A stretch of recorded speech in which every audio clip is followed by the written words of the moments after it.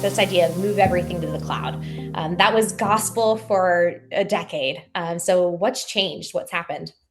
Yeah, I think has it changed? I think the overall approach hasn't really changed, but if we look at some of the specifics, so what I would do first is to try and cover what we mean by like this term repatriation or repatriation, depends on which side of the pond you're on, but it's about simply moving these workloads back. So we're seeing that this is a general trend that we're picking up. So it's from public cloud back onto infrastructure that companies control, whether it's your own data center, co-location, managed private cloud.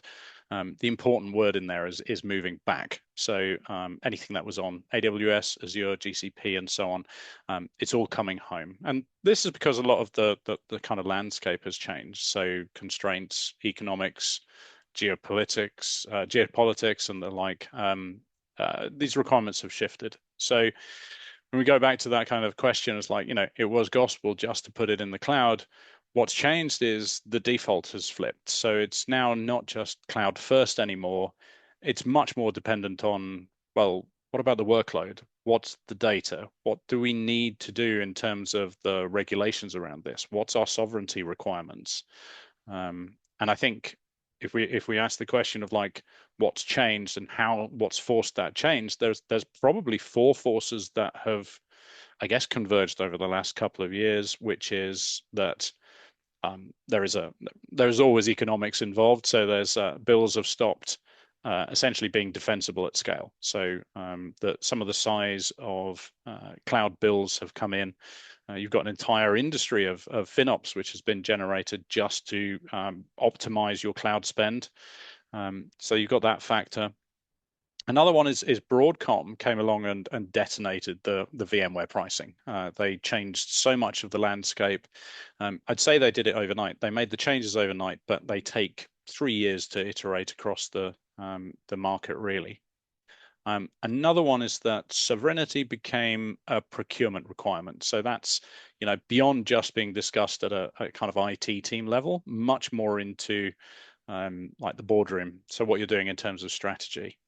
And then I guess the fourth and final main factor that drove this is AI has made some new hardware brutally expensive. So this has changed the landscape a bit. Um, and what I'm not going to be here to say is to say, oh, everyone quick, leave the cloud, don't do that. That would be a bit silly for someone working at Civo. But what I am here to say is that the default answer has changed. And what we want to do is to try and give people the tools to decide what goes where. Horses for courses, they say. Thank you. Yeah, no, definitely the conversations that we were having a few years ago are very different than the ones that we're having today. Yeah, Uh, absolutely. Completely agree. It's all changed in that kind of, what are we doing? The thing is, like, historically, I'm solution architect. That's how I've kind of grown up. The answer was always it depends, but the mm, constraints around the it depends has now changed much more to be much more specific around, we can be open about where these workloads need to go and where they need to live. yeah, definitely. So, kind of going off of the back of that, of how big is this really? I know we've seen the headline that 83% are repatriating. Is that the case? What are you seeing? Yeah, so I think the 83%, it was 83% of CIOs want to bring something back, right? That was the Barclays CIO report. I think that was 2024. What that also contained was this concept where under 10% were going to move entire workloads, right? So I want to be slightly precise about that gap. So there's the ones who are considering everything one way or another. It's actually very, very low, right? Everyone is moving much more towards this, like I said, the horses for courses, put the workloads in the place where it needs to be.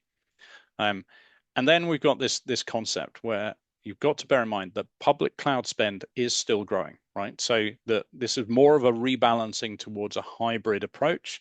It's not a vast like mass exodus. That selectivity is the strategy. So exactly what a hybrid platform or hybrid set of platforms that you would do, a hybrid strategy is built for.